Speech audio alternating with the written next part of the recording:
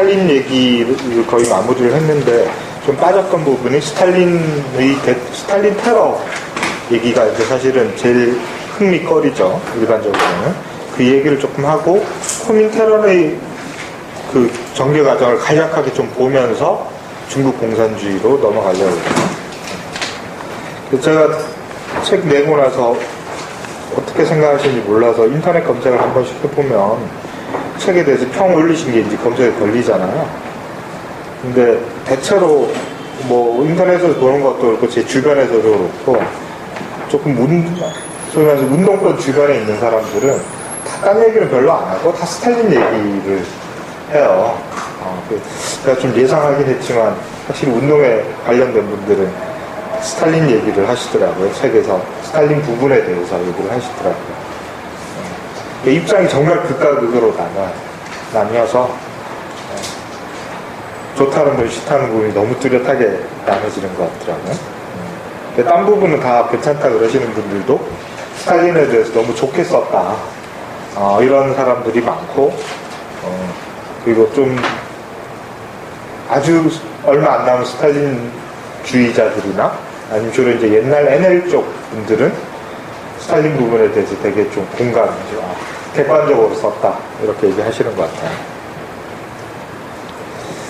저는 상당히 객관적 이유로 쓴다고 애를 썼는데, 재밌는 건 어디 인터넷에서 봤는데, 그거를 불만으로 누가 얘기하신 분이 있더라고요. 너무 객관적으로 썼다고. 이렇게 나쁜 놈을 왜 욕을 해야지. 왜 너무 객관적으로 쓰냐고. 이런 분들도 있던데. 논의가 많은 것 같아요. 그 부분. 그래서 사실 한국에서 왜 그러냐면, 이미 90년대 중반 정도 지나면서 한국의 운동권들이 거의 소멸하고 나머지 사람들도 분화가 심하고 이렇게 되는데 제일 큰 차이가 그건 것 같아요. 그러니까 스탈린주의를 어떻게 보느냐.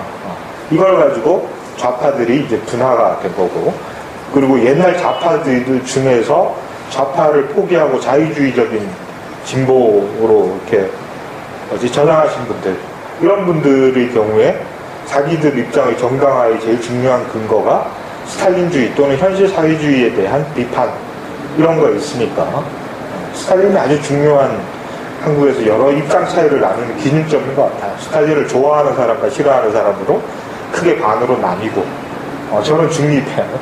저는 중립이고, 그 외에는 좋아하는 사람, 싫어하는 사람을 정확하게 반으로 나뉘고, 그 다음에 다시 조금씩 나눠지고 이러는 것 같아요.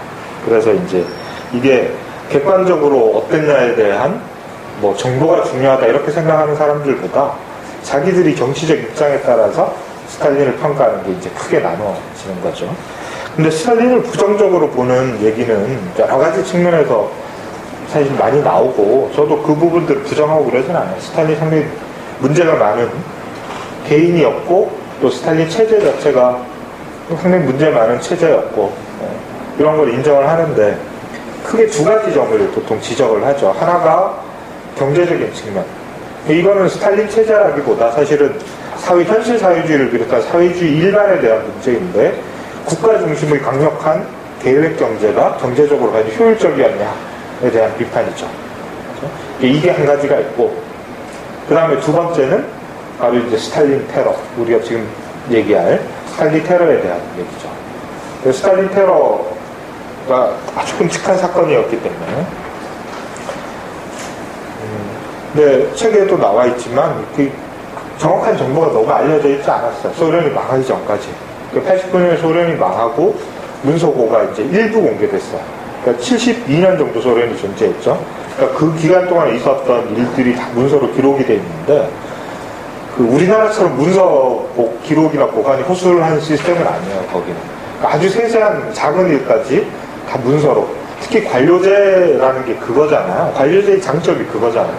그러니까 자의적으로 처리하는 게 아니라 아주 시스템에 의해서 모든 일이 이루어지기 때문에 그게 첨단 행정적 문서 기록으로 다 남아있어요. 그러니까 한 사람 한 사람을 뭐 처형을 하거나 감옥에 수감하거나 할 때 이게 그냥 너 싫으니까 아무나 보내고 이런 거 아니에요. 그리고 우리가 스탈린 테러가 그러면은 이제 생각하는 게 재판도 없이 막 학살한 것처럼 생각하는데 그렇지 않거든요. 그렇지 않기 때문에 소련 체제가 더 문제가 있는 걸 수도 있는데, 어쨌든 상당히 조직화된 사회였기 때문에 그 사망자에 대한 정확한 명단들이 다 존재해요. 거의 다 존재해요. 그래서 이런 것들이 이제 일부 공개가 되죠. 근데 아직까지도 공개 안 된 게 훨씬 더 많이 남아있어요. 연구자들이 공개 요청을 하면 부분적으로 이렇게 계속 공개를 하죠. 그래서 러시아 현대사 전공하시는 분들한테 이제 여쭤보니까 그 정보 공개를 잘 안 하는 이유가 제일 크게는 이제 정치적인 이유. 정치적으로 자기들 오점일 수 있으니까 이렇게 선별적으로 공개하는 거기도 하고 또 경제적 이유가 되게 크대요. 문서부에서 문서를 복사하거나 열람하고 할 때 다 비용이 들잖아요. 그리고 이게 특히 이제 정보 가치가 높은 것 같은 경우에는 상업적으로 이용할 수도 있고 이러기 때문에 아껴서 조금씩 한꺼번에 다 개방해버리면 희소 가치가 없잖아. 그러니까 이제 되게 아껴서 조금씩 개방하고 막 이런데요. 그래서 지금도 그 모스크바의 문서고에서 부소련에서 어떤 일들이 일어났는지를 현대사 연구자들이 딱 뒤지고 열심히 이제 정리를 하고 계시다고 그래요. 그래서 우리가 지금까지 소련에 대해서 알고 있었던 것보다 새로 알아나가야 될 게 훨씬 더 많은 건 사실이야. 그래서 제가 이제 판단을 유보를 할 수밖에 없다고 하는 거죠. 모르는 게 너무 많으니까. 상당한 시간이 적어도 최소한 30-40년은 지나야지 소련 사회가 정확하게 어떤 사회였다는 걸 알 수 있지 않을까. 제 생각으로 소련 현대에서 전공하시는 분들 다 그렇게 대체로 말씀을 하세요. 자, 근데 이제 대테러에 대해서도 역시 마찬가지죠.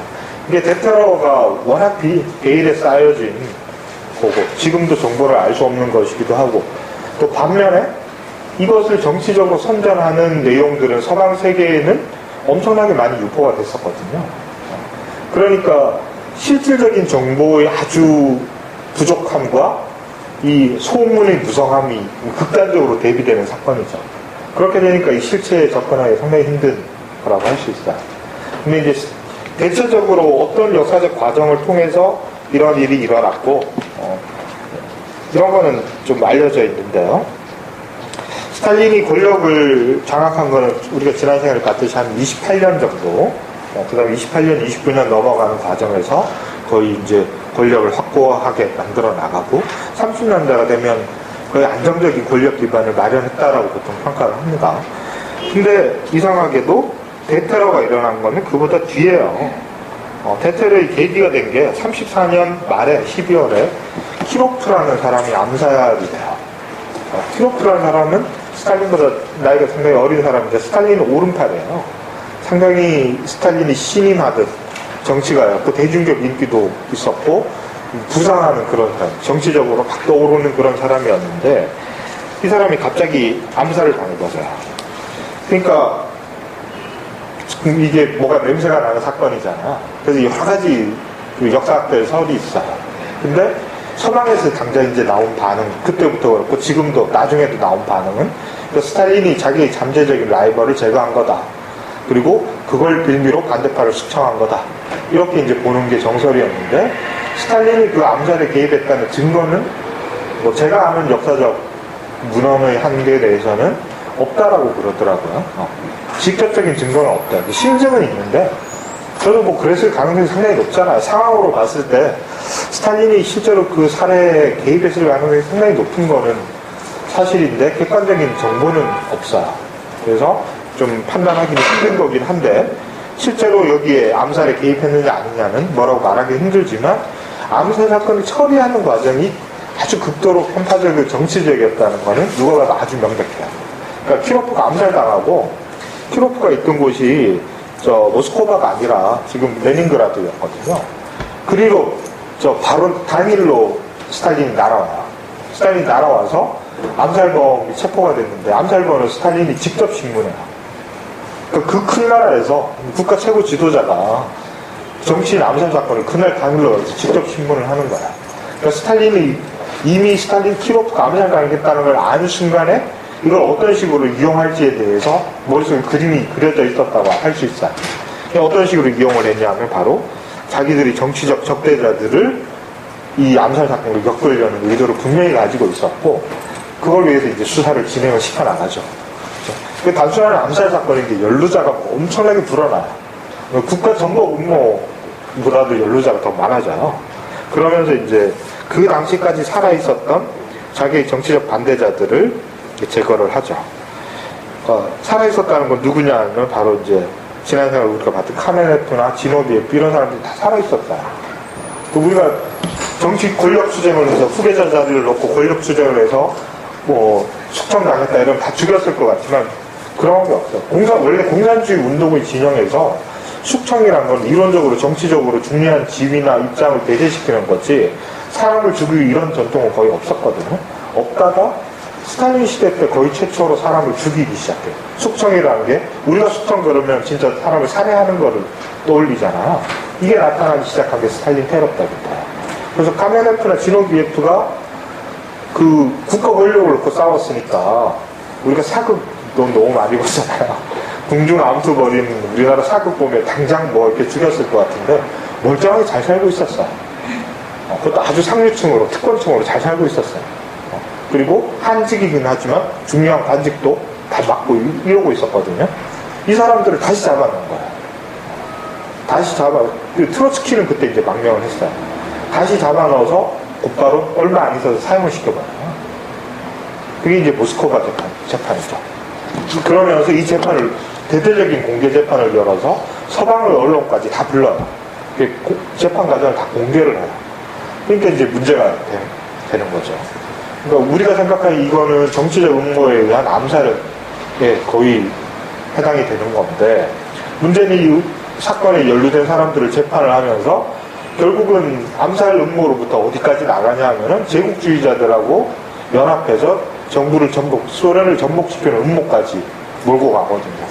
근데 그 혐의에 대해서 대부분 이 피고들이 인정을 해요, 재판 과정에서.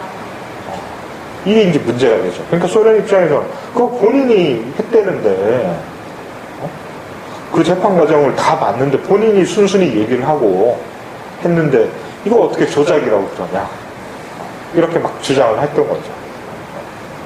그리고 저 재판 전 과정이 서방의 주요 언론에 다 보도가 돼요. 그러니까 이제 이것도 문제거리죠. 이게 진짜 이 사람들이 서방의 간첩이었냐 또는 최소한 서방의 연계는 없었더라도 내부에서 정부를 전복시킬 음모를 했었냐 이걸 둘러싸고도 논쟁이 많은데 뭐 해석이 많아요. 그래서 뭐 판단하기는 힘들어요. 그런 사람도 있고 그러지 않은 사람도 있었을 테고 트로츠키 주의자들의 경우에는 실제로 거기다 추방을 당해서 서방에서 활동을 하니까 활동을 할 수 있는 기간이 없잖아요. 그러니까 예를 들어서 뭐 단체를 만들고 공간을 얻고 뭐 하려고 해도 돈이 있어야 되잖아. 당장 가서 먹고 살아야 되잖아. 그렇죠? 물론 뭐 굶어 죽는 사람도 있었어요. 아주 가난하게 내부들 살았지만 좀 의미 있는 정치적 활동을 하면 자금이 필요하니까 자금을 대체로 서방의 정보기관들에서 실제로 돼요. 소련을 견제하기 위해서. 그런 경우가 없었던 건 아니지만 소련 내에 있던 그 스탈린의 관제자들이 진짜 다 간첩이었냐 이건 좀 의심스러운 부분이 많죠. 아무튼 이런 걸 통해서 주요한 정치 지도자들을 실각시키고 사형시키고 하는데 이게 요 몇 사람을 죽이는데 그치는 게 아니라 상당히 숫자가 많아져요. 34년 말에 키로프 암살을 빌미로 한번 그랬다가 문제는 36년에 또 재개가 돼요. 조금 잠잠하다가 36년에 또 재개되고 그 다음에 이렇게 계속해요. 한 38년까지 계속해서 엄청나게 많은 사람들을 사형에 처하거나 시베리아로 유형을 보내거나 하게 돼요. 감옥에 가두거나. 그래서 이게 얼마나 많은 사람이 죽었느냐 이걸 둘러싸고 상당히 끔찍한 논쟁이죠. 사람들을 학살을 했는데 이게 몇 명이나를 두고 이제 논쟁을 하는 것 자체가 상당히 비인도적인 그런 얘기인데 제일 숫자가 많게 주장된 사람들은 2천만 명이 넘는다. 냉전 시대 때 제일 많이 퍼져있던 얘기가 2천만 명이 넘는다라는 얘기였어요. 너무 끔찍하죠. 2천만 명이 넘는다는 거는.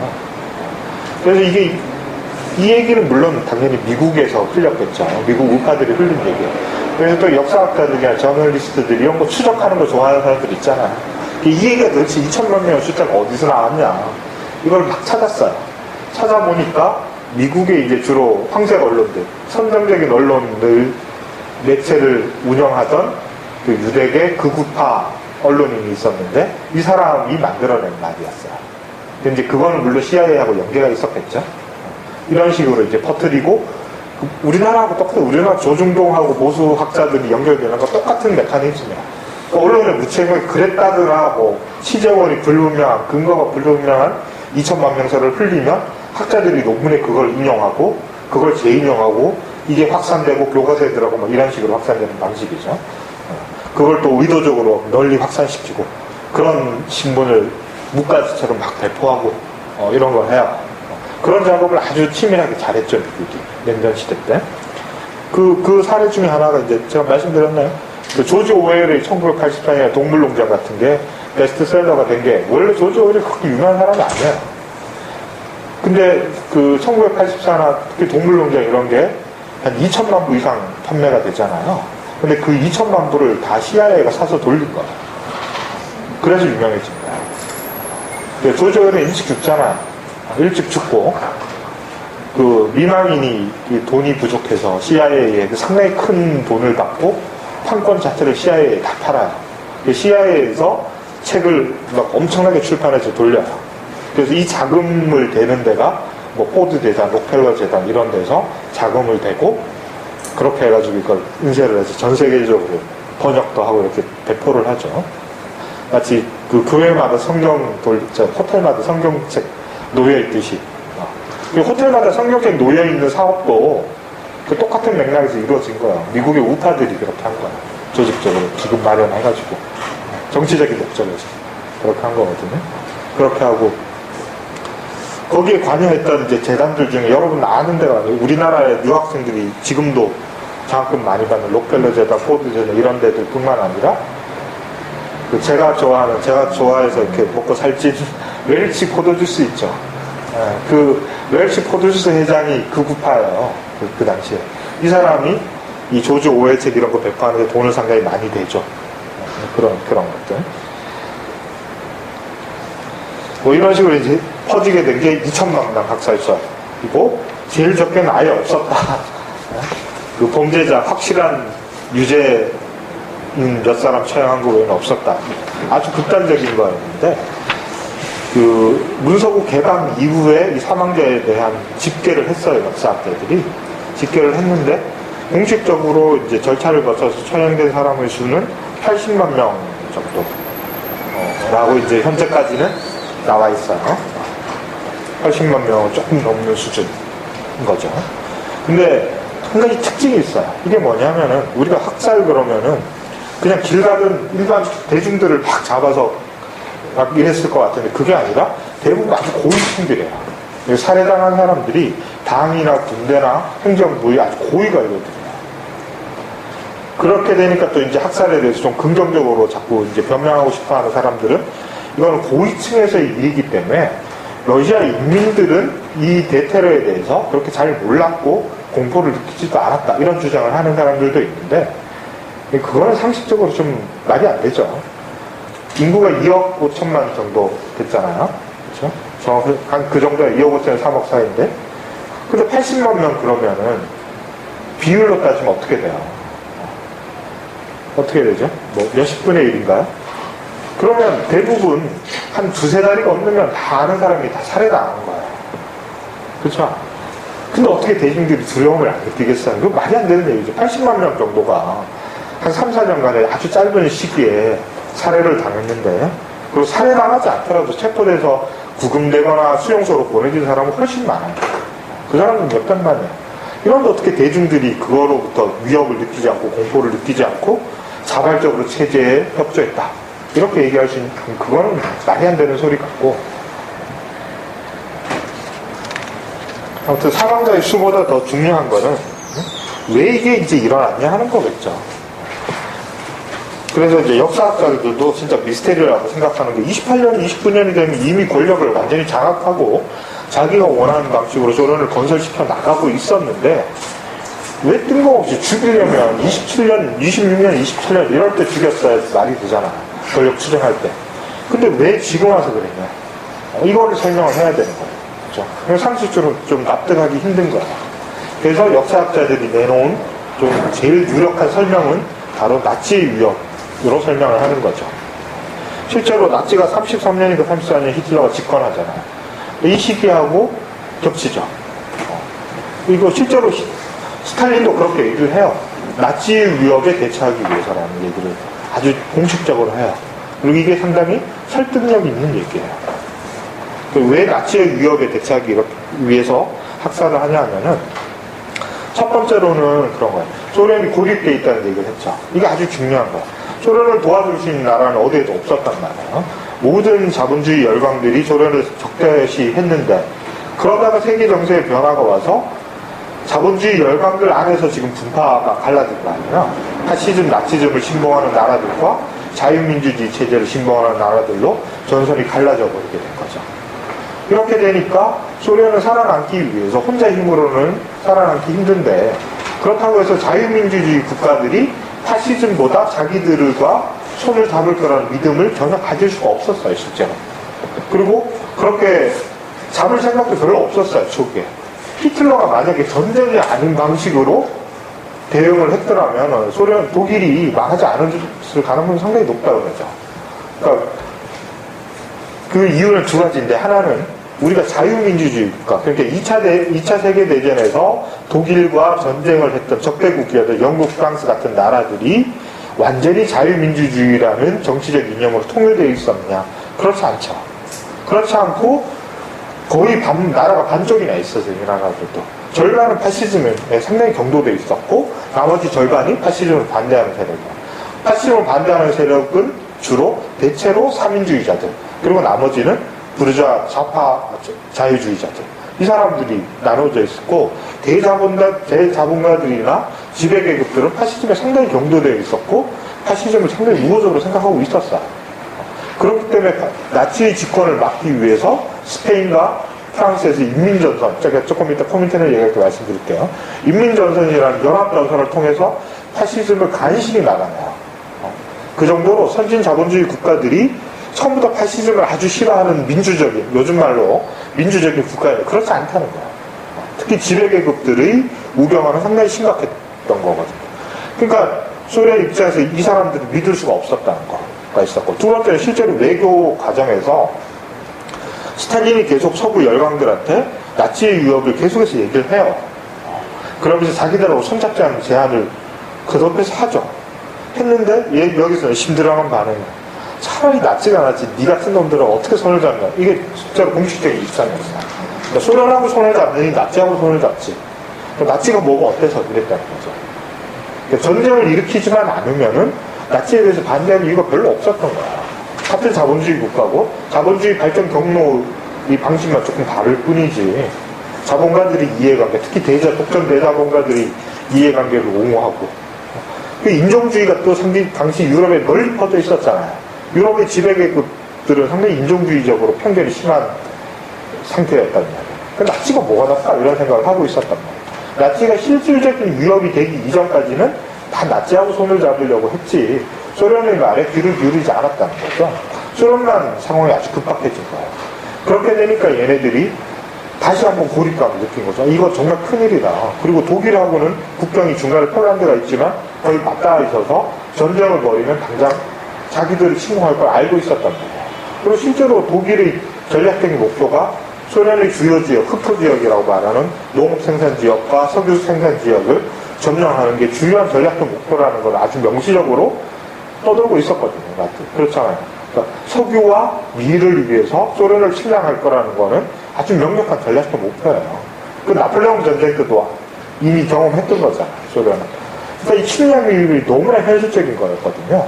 근데 소련은 혁명이 일어나서 몇 년 안 됐단 말이에요. 그 산업 기반도 아주 와해되어 있었다는 걸 잘 알고 있죠. 그렇게 되니까 스스로 나라를 지킬 수 있는 군비를 증강을 해야 되는데 군비라는 게 어느 날 갑자기 우리 군대 만들자 이렇게 하면 만들어지는 게 아니잖아요. 국가 전체가 가지고 있는 경제력, 그 다음에 과학기술력하고 밀접하게 연결되어 있는 게 현대전이잖아요. 그러니까 탱크도 만들어야 되고 비행기도 만들어야 되잖아요. 이거 만들 수 있는 기반이 거의 없었단 말이에요, 소련은. 그러니까 아주 급속하게 만들어낼 필요가 있으니까 대중들도 동원해야 되고 자원도 여기다 다 쏟아부어야 되고 하니까 의견 일치가 안 이루어지는 사람들하고 이걸 토론하고 있을 시간이 없다는 현실적 판단을 스탈린이 했겠죠. 뭐 이 정도까지 상당히 상식적인 판단이죠. 그래서 이제 1차 5개년 계획 같은 게 중화학공업 위주로 가는 것은 중화학공업 자체를 중요하게 생각하기도 했지만 이게 군수산업과 연계되어 있기 때문에 이걸 더 중요하게 생각을 했던 거예요. 그래서 이제 군수산업을 팍 건설하기 시작하고 또 그 산업 기반지가 대부분 유럽 쪽에 있었다 그랬죠. 근데 얘네들이 딱 지도를 놓고 보면 독일이 침공하면 당장 여기가 침략당 여기에 주요 산업 기반을 다 놔두면 안 되잖아요. 그러니까 동쪽으로 옮겨야 되잖아요. 동쪽으로 옮길 필요가 있었단 말이에요. 그러니까 그것도 준비를 해야 됐었고. 그 다음 또 하나의 문제는 지정학적 한계는 뭐냐 하면은 서쪽에만 유럽 쪽에만 독일이라는 적이 있는 게 아니라 동쪽에도 적이 있죠. 그러니까 일본이 이탈리아 독일과 동맹을 맺어버리잖아요. 그렇게 되니까 일본이 뒤를 칠 줄도 모르잖아요.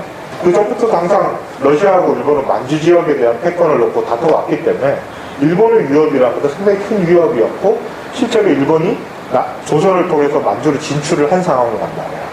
그러니까 현재하는 위협이 앞뒤로 다 있었거든요. 그렇게 되니까 이제 아주 절박한 상황이었다. 전쟁을 준비하기 위해서 이견을 없애야 되고 그리고 제국주의 열강들의 그 간섭을 어떻게 하든지 배제해야 됐기 때문에 믿을 수 없는 사람들을 아주 극단적인 방법으로 다 배제하려는 그런 노선을 택하게 된 거죠. 그 다음에 이제 특히 아시아인들에 대한 그 고려인 집단이주 같은 거 아주 비극이 막 벌어지잖아요. 그거는 바로 이제 그 만주나 연해주 지역에서의 간섭 문제 때문이거든요. 그러니까 서양 사람들 중에 일본 사람, 중국 사람, 한국 사람이 구별이 안 되잖아요. 실제로 간섭들도 많았고 중국인, 한국인 중에서도 중국인, 조선인 중에서도 일제히 간섭들이 실제로 많았잖아요. 그러니까 얘네들 이거 어떻게 다 조사해요. 그래서 이걸 아주 손쉽게 해결할 수 있는 방법이 격리시켜버리는 거예요. 얼굴 비슷하게 생긴 사람을 일본하고 붙어 있는 곳에서 완전히 비워버리면 골라내고 귀찮게 필요가 없잖아요. 그러니까 집단인지를 시켜버리는 거예요. 그러니까 아주 손쉽고 편의적이고 폭력적인 방식에 의존을 했던 거죠, 스탈린이.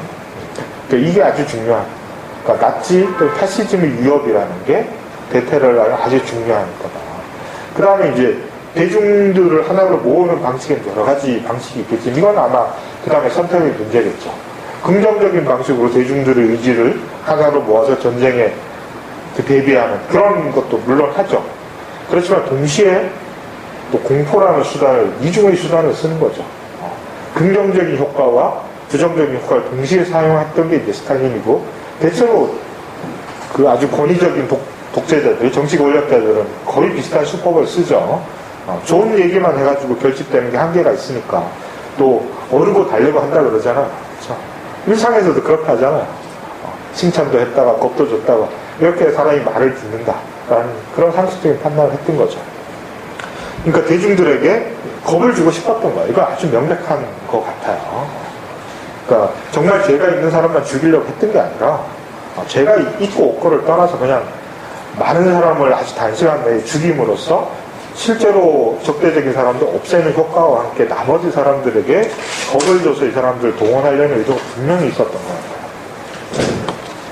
그래서 이제 대테러라는 건 이제 전쟁을 가지고 설명을 하는 거죠. 그리고 실제로 이게 2차 대전 전개 과정에서 나치가 점점 세력을 키우고 점점 호전적이 되는데도 영국이나 프랑스는 계속 양보를 하죠. 그래서 나중에 결정적인 얘기가 미넨 회담이라는 거잖아요. 미넨 회담에서 그 서구 제국주의 열강들이 독일한테 체코를 줘버리잖아요. 그렇죠? 체코라는 약소 국가를 포기해버려요. 독일이 얘네들 침략하겠다 그러는데도 저지 안 하죠. 왜냐하면 저지하면 전쟁 날까봐 두려워서. 자기들이 전쟁에 날려올까 두려워서 포기해버리죠. 이걸 스탈린이 어떻게 해석했겠어요? 얘네들은 나치하고, 근데 체코 위치가 어떻게 돼요? 소련 쪽으로 가까이 오는 거잖아요, 독일이. 독일이 소련을 침공하게끔 서구 열강들이 합의를 했다고 받아들일 수밖에 없는 상황이죠. 그렇죠? 자기들만 침략하지 않으면은 체코나 폴란드를 먹고 소련까지 먹는 거는 우리는 상관하지 않겠다라고 사실상 용인을 했어요. 영국, 프랑스가. 그렇게 되니까 소련은 얘네들하고 손을 잡을 수 없게 됐죠. 그러니까 뭐를 하게 되죠? 독소 불가침 조약을 맺게 되는 거예요. 이게 아주 중요한 계획이에요. 특히 이제 서유럽의 공산주의자들이 스탈린주의로부터 이탈하는 몇 가지 계기가 있는데 그 중에 아주 중요한 게 독소 불가침 조약이에요.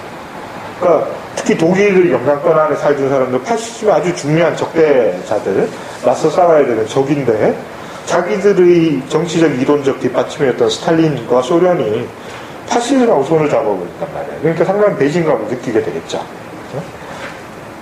근데 문제는 이제 소련은 선택의 여지가 없었던 거죠. 그래서 스탈린의 생각은 뭐냐면 독소 불가침 조약을 한다고 해서 히틀러가 자기를 침공 안 할 거라고 믿었던 건 절대로 아니야. 그래서 역사서나 전기를 보면은 했던 말들이 기록이 돼 있는데 독소 불가침 조약을 맺고 3년인가 5년인가를 벌었다 이렇게 말을 했어요. 실제로 스탈린이. 언젠가는 침략할 게 분명한데 시간을 벌고 그 사이에 자기들이 군비를 증강시키겠다라는 생각을 하고 있었어. 그래서 39년보다 더 이른 시점에서 자기들이 전쟁에서는 승산이 없다라고 스탈린이 생각을 하고 있었거든요. 근데 그것도 이제 상당히 어리석은 생각이에요. 1년 반, 2년이 채 안 돼서 침공해버리거든요. 준비가 채 안 된 상태에서. 그렇게 되니까 소련이 2차 대전의 최대 피해자죠. 2차 대전을 우리가 자꾸 이제 헐리우드 영화를 통해서 2차 대전에 대해서 너무 알고 있기 때문에 미국이 다 한 것처럼 하지만 그건 정말 거짓말이죠. 완전한 거짓말이죠. 그래서 스탈린과 히틀러의 전쟁이라는 역사서가 있죠. 리처드 오버리라는 사람이. 그래서 상당히 상세하게 2차 대전의 경과를. 그러니까 제목이 딱 보여주는 거예요. 2차 대전은 딴 거 아니고 스탈린하고 히틀러 둘이 싸운 거야. 미국, 영국 이런 거는 뭐 처칠, 드골 이런 거 다 단역이야. 다 단역이에요. 아이젠하워 이런 사람들 다 단역이에요. 그 극단적으로 보여주는 수치 두 가지를 이 사람 여러 가지 수치를 제시를 하는데 좀 딱 와닿는 수치는 그거예요. 하나는 베를린을 소련군이 먼저 점령하잖아요. 모스크바에서 베를린 지도를 펴놓고 한번 보세요. 모스크바에서 베를린까지 거리하고 미군이 같은 데가 어때요? 노르망디잖아요. 노르망디에서 베를린까지 거리 한번 재보세요. 그러면 아주 명확하게 딱 드러나죠. 그 다음에 전사자, 사망자 수. 2차 대전에서 소련 주로 민간인 피해가 되게 많아요. 많은데 2,000에서 2,500만 명이 죽어요. 독일군에 의해서. 너무 끔찍한. 그래서 수십 년이 지나도록 소련사에서 남들 성비가 안 하겠어요. 남자들이 너무 많이 죽어서. 그걸 다룬 소련 영화 이런 것도 상당히 많아요. 그거 보면 너무나 끔찍해요. 상상할 수 없을 정도로 잔인하게 학살을 하거든요.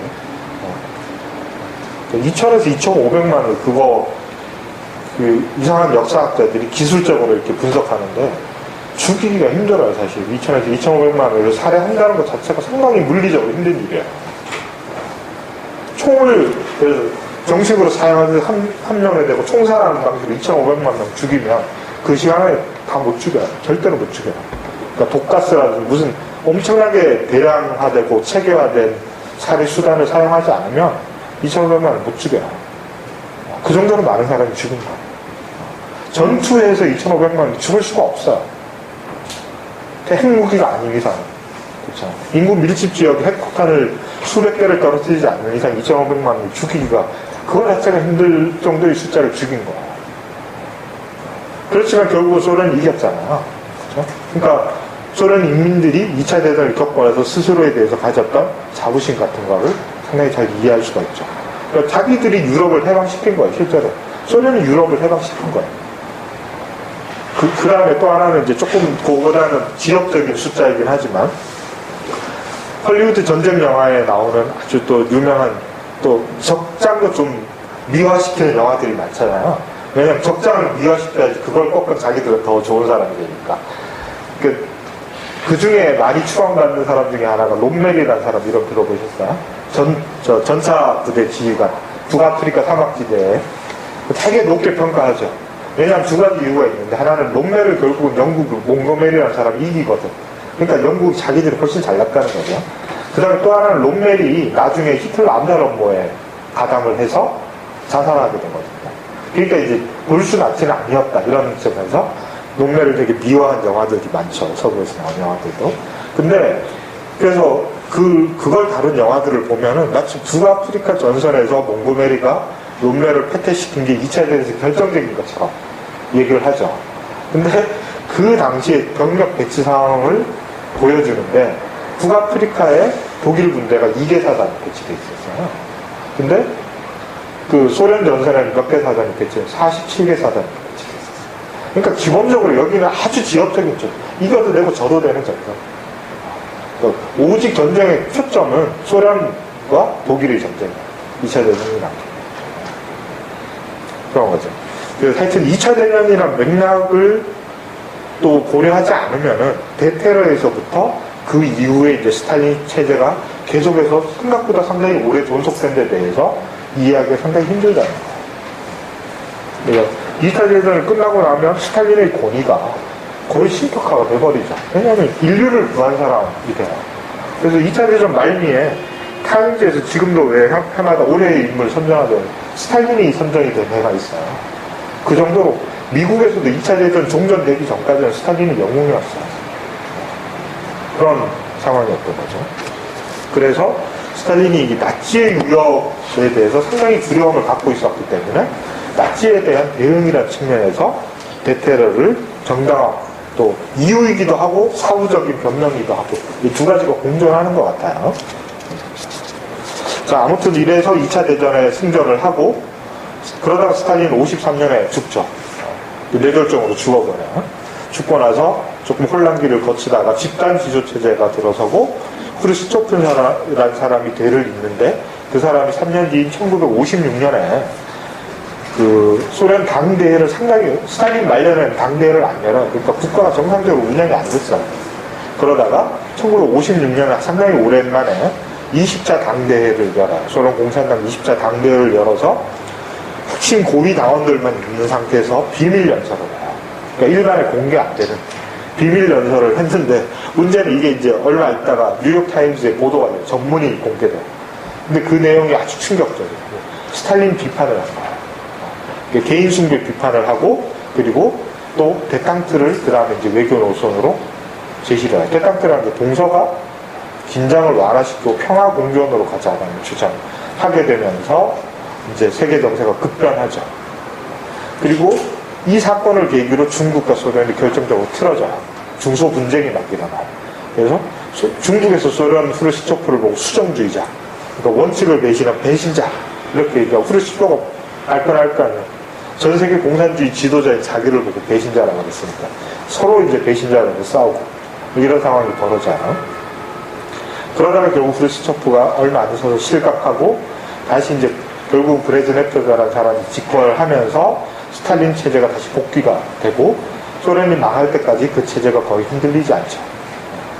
그래서 브레즈네프 시대까지를 사실은 스탈린이 살았을 때만 스탈린 체제라고 부르는 게 아니라 브레즈네프 시대까지를 다 포괄해서 좀 광의에서의 스탈린 체제는 그 브레즈네프 고르바초프가 등장하기 이전까지가 다 스탈린 체제라고 불러요. 사실 스탈린이 하려고 했던 거를 전쟁이나 혁명과 전쟁으로 제대로 실현을 못했다면 그걸 좀 평화로운 시기 내에서 스탈린이 원했던 방식으로 국가를 건설해서 안정화시킨 시대가 브레즈네프 시대라고 할 수 있죠. 소련의 황금기이자 쇠퇴가 시작된 그 시기라고 할 수 있어요. 자, 그 다음에 이제 코민테런을 이제 간략하게 얘기를 해야 되는데, 왜냐하면 코민테런에서 어떤 입장이 제기됐는지를 알아야지 우리가 이제 중국 공산주의, 아시아 공산주의를 좀 이해를 할 수 있거든요. 코민테런 연표가 책에 어디 있는데요. 어디죠? 혹시 찾은 분 있어요? 274. 네. 내 책인데 내가 어디 있는지 몰라요. 270 코민테런 얘기는 이제 지난 시간에 잠깐 했었죠. 그 중에 이제 중요한 입장 변화 몇 가지만 간략하게 설명을 드릴게요. 이제 19년에 건설이 되고 20년에 2차 대회, 코민테런 2차 대회가 중요한 시기라고 했죠. 제일 중요한 게 식민지와 민족 문제에 대한 태제를 공식적인 입장으로 채택했다. 그래서 식민지에서의 민족해방 운동을 아주 중요한 지위를 격상시키고 여기에 대한 사회주의권의 지원을 정당화했다. 그런 게 중요한 거고. 그다음에 또 하나가 21개조라는 거죠. 코민테런 가입 21개조를 채택한 것은 삼인주의와 중도파를 배제함으로써 공산주의 진영의 통일성을 가져오기 위한 거야. 근데 이게 이제 중요한 거죠. 그러니까 결국은 소유럽에서 시작했던 마크스주의가 중심이 완전히 소련으로 이동했다는 선언이에요. 서유럽에 있는 니네들은 공산주의가 아니야 이렇게 주장한 거죠.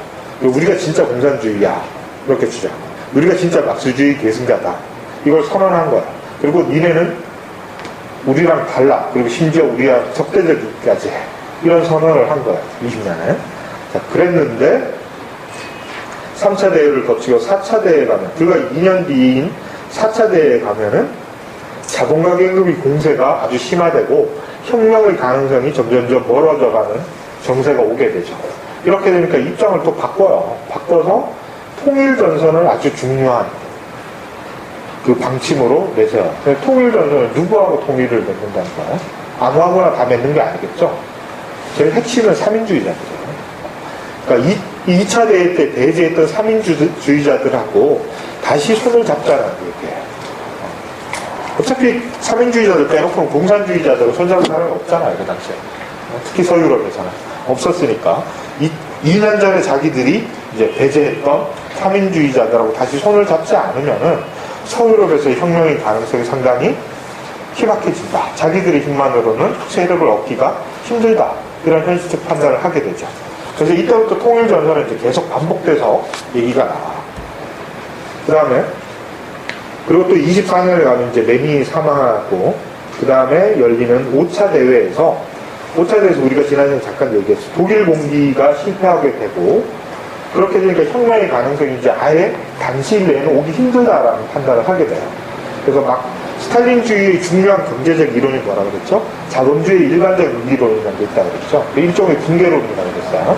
자본주의가 지금 심각한 위기 국면에 있다고 생각했기 때문에 3인주의자들 배격하고 혁명주의 노선으로 갔다가 그게 한 2, 3년 지나면서 잘 안 되니까 이거를 철회해야 돼. 자본주의 일반적 위기론이라는 건 기본적인 전제로 깔고 있는데 위기가 물러갔다, 위기가 없어졌다 이게 아니라 부분적으로, 전면적으로가 아니라 부분적으로는 자본주의가 좀 안정화되는 시기에 접어들었다라고 그래서 자본주의 부분적 안정화 태세라는 것을 내놓게 돼요. 그게 이제 5차 코민테른이죠. 근데 이 자본주의 부분적 안정화라는 것은 통일전선의 아주 중요한 이론적 기초가 되겠죠. 자본주의가 상대적으로 안정화되어 있으니까 지금 당장 공산주의자들이 주도하는 혁명을 하기는 힘들고 사회적인 영향력을 일상투쟁에서 확대해 나가야 되니까 3인주의자들하고 손을 잡고 영향력을 확대하자 이런 거예요. 이게 이제 통일전선인 거죠.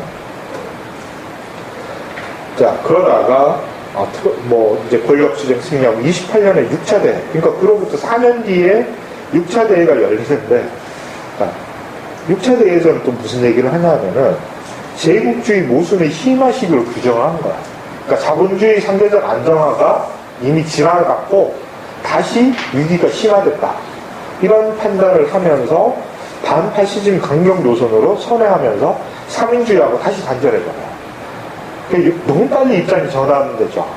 그러니까 실제로 지시를 내리는 지도부 입장에서는 이랬다 저랬다 하도 별 상관이 없죠. 밑에 사람들은 죽을 나시죠. 그러니까 말이 쉬워서 입장 선회지 통일전선을 맺는다 이거 한번 생각해보세요, 여러분. 예를 들어서 제가 공산당원이야. 근데 이쪽은 3인 당원이고 여기는 부르주아 자유주의 당원이고 뭐 이랬단 말이에요. 여기는 이제 일반 노동자들이 이랬단 말이에요. 그러니까 2차 대회 때는 갑자기 이 사람들한테 내가 뭐라고 얘기하면 이놈들 다 인민이 적이야. 얘네들하고 맞서 싸워야 돼. 제국주의 앞잡이야 이랬단 말이야. 2년 뒤에 와서 갑자기 우리 좀 친하게 지내면 안 될까 이랬단 말이야. 또 4년 뒤에 와서 갑자기 이 새끼들 알고 보니까 진짜 못된 놈들이잖아. 얘네들하고 싸워야 돼. 막 이런 얘기를 하니까 이게 실제로 현장에서 조직을 하고 활동을 하는 사람들이 조직이 완전히 다 와야 되겠죠. 불가능한 조직 운동이에요 이게. 그렇죠? 개인적 활동을, 개인적 인간관계도 이 정도면 거의 인적 파탄으로 몰릴 텐데 대중을 상대로 하는 대중 조직을 이런 식으로 몇 년에 한 번씩 상부 지침이 극단적으로 왔다 갔다 해버리니까 운동이 제대로 유지될 수가 없겠죠. 뭐 이런 상황이 와버리는 거예요. 그러면서 특히 이제 문제가 됐던 게 바로 이 6차 대회에서 이거 반파시즘 강경노선을 선회하면서 원래는 자본주의 자본주의 일반적 모순이 심화됐다고 그랬다가 부분적 안정화된 다른 시기로 왔죠. 여기서 다시 제국주의 모순이 심화됐다고 그랬다 세 번째 시기죠. 경제적 기준에 보시면. 그래서 이제 제3시기 여러분들 나중에 코민테른이나 뭐 역사책 같은 거 보시면은 관련된 책 보시면은 제3시기 이런 말을 많이 쓰는데 바로 이 시기를 가리키는 거야. 그러니까 자본주의가 모순이 심화되는 시기에서 부분적으로 안정화되는 시기로 두 번째 단계로 왔다가 다시 모순이 극도로 심화되는 시기로 왔으니까 제3시기예요. 제3시기라는 그 경제적 인식에 근거해서 다시 한번 반파시즘 강경 노선에 대한 정치 노선을 제출을 하고 삼인주의에 결변하는데, 단순하게 우리는 길이 다르니까 좀 냉각기를 가져, 이 정도를 얘기했으면 괜찮았을 텐데, 어떻게 얘기하냐면은 어떤 용어가 나오냐면 사회 파시즘이란 말을 써요. 그러니까 사회는 삼인주의자들을 가리키는 거예요. 삼인주의자들을 파시즘과 하나라고 묶어버려요. 그러니까 사회 파시즘이라는 말을 쓰는 순간에 파시즘과 맞서기 위해서 삼인주의하고 손잡는 거는 애초에 불가능해지죠. 이게 이제 문제가 되는 거예요. 근데 실제로 역사적으로 나중에 돌이켜보면 어떻게 된 거예요? 이때부터 파시즘이 힘을 엄청나게 강화시켜 나갔던 시기인데도 이런 독자 노선을 강조하면서 특히 서유럽에서 파시즘의 세력을 효과적으로 저지하는 데 실패해버리죠. 물론 삼인주의자들이 그런 공산주의하고 계속 손잡고 반파시즘 운동을 하려고 했는데 스탈린이 거부했냐? 그건 아니에요. 얘네들도 별로 손잡을 생각이 없었고, 파시즘에 대해서 사회주의자들이 상당히 많은 숫자 실제로 파시즘을 경도해서 넘어가 버려요. 대표적인 게 무솔리니죠. 무솔리니가 사회당 당원이에요. 사회주의자예요. 그래서 사회주의자들, 그리고 특히 우리 저저번에 총파업 논쟁할 때 봤던 아나코 생디칼리즘, 이 사람들이 상당수가 파시스트가 되버려요. 그리고 일반 노동자들의 경우에는 3인당 당원이었던 사람들이나 3인당 영향력가 있던 노조의 조합원들의 상당수가 파시스트 당원이 돼버려요. 그러니까 별도의 사람들이 원래부터 파시즘 지지하는 사람들 따르고 3인주의 지지하는 사람 따로 했던 게 아니라, 파시즘은 아주 세력이 적었는데 대중적으로, 특히 노동력에서 대중적으로 제일 많은 포션을 차지하고 있었던 정치적 입장은 3인주의자들이었는데 이 사람들이 전향해서 파시스트가 된 거예요. 이게 문제가 된 거죠.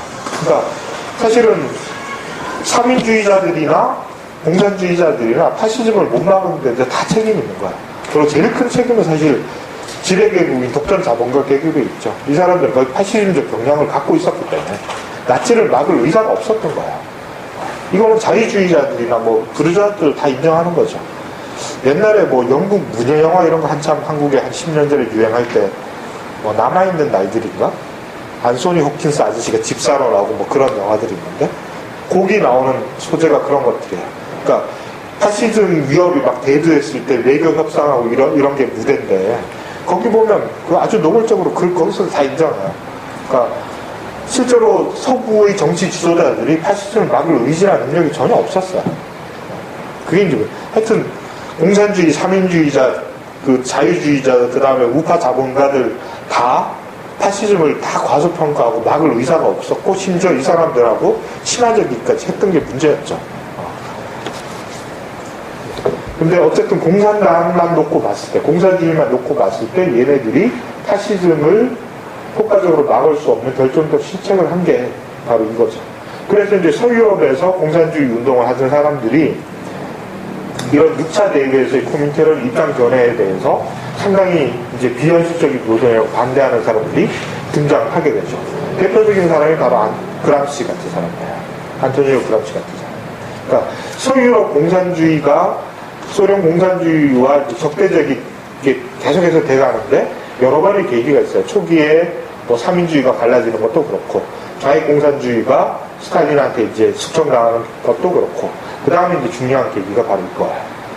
코민테른의 독자 노선, 강경 노선을 돌면서 3인주의자들을 이제 사회 파시즘으로 몰아붙이게 되니까 여기에 반대했던 사람들이 스탈린주의로부터 이탈하게 되죠.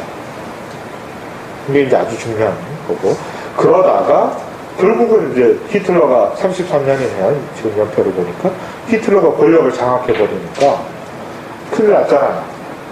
그렇게 되니까 35년에 코민테른 7차 대회에서 반파시즘 인민전선 노선으로 다시 돌아가요. 그래서 인민전선 노선이 이때 35년에 채택된 거는 이미 앞서서 소련 바깥에도 성공 사례가 2개가 있었죠. 아까 잠깐 얘기했던 프랑스, 첫 번째가 프랑스, 그 다음 두 번째가 스페인이죠. 자유주의자들, 그 다음에 3인주의자들, 공산주의자들이 다 연대해서 그 극우파의 집권을 막아내죠. 그래서 프랑스에서는 그 레온 블룸 정권이 그때 성립되죠. 누구지? 이름이 갑자기 생각이 안 나는데. 그래서 연합 정권이 하여튼 좌파, 범좌파 연합 정권이 인민전선 전술에 의해서 투표에서 승리를 하게 돼요. 우파들을 막아낸 거예요. 구구파들은. 구구파가 그러니까 그 프랑스 같은 나라에도 구구파가 절반 정도 있었다는 거예요. 그렇기 때문에 프랑스가 왜 독일에게 2차 대전을 바로 거의 점령당하고 나서 비시 정권이라는 괴뢰 정권이 성립됐잖아요. 이게 갑자기 성립된 게 아니에요. 원래 프랑스 안에 있던 파시즘 성향의 정치 세력들이 거기하고 나치즘하고 손을 잡은 거예요. 그전에는 파시즘 반대하다가 전쟁에서 지고 나니까 입장 선회한 게 아니라 원래 파시스트였던 사람들이에요, 이 사람들. 영국에서도 상당히, 예를 들어 처칠 같은 사람들은 거의 히틀러하고 안 했던 분이지, 그 처칠 전기에도 그런 내용이 나오잖아요. 그 히틀러 되게 좋게 생각하잖아요. 이 사람은, 처칠은 공산주의가 더 큰 적이지, 그, 나치는 자기들이 우호적인 파트너라고 생각을 했어요. 근데 이제, 히틀러가 아주 무모한 선택을 해버린 거죠. 그래서 진짜 동유럽과 소련만 침공했으면 영국, 프랑스와 공존할 수도 있었을 거예요. 이게 이제 코민테르의 역사예요. 자, 근데 이제 여기서 봐서 알 수 있듯이 코민테르의 이런 입장 전환이라는 거는 주로 파시즘의 위협에 대응하고 그리고 서유럽에서 삼인주의자들하고의 관계를 전술적으로 어떻게 설정할 건가라는 틀에서 성립된 거야. 근데 문제는 이 틀을 가지고 아시아나 아프리카나 라틴 아메리카, 특히 주로 이제 아시아 지역이 되는데 아시아의 공산주의 운동을 지도하는 틀로도 똑같이 사용을 해요. 일률적으로. 이러면서 이제 문제가 발생을 하게 되죠. 이제 그 문제로 이제 중국 공산주의 얘기하는 거 말씀을 드릴게요. 코민테르의 입장 전에 특히 통일전선하고 통일전선 전술 그리고 인민전선이라는 거 좀 기억을 하세요.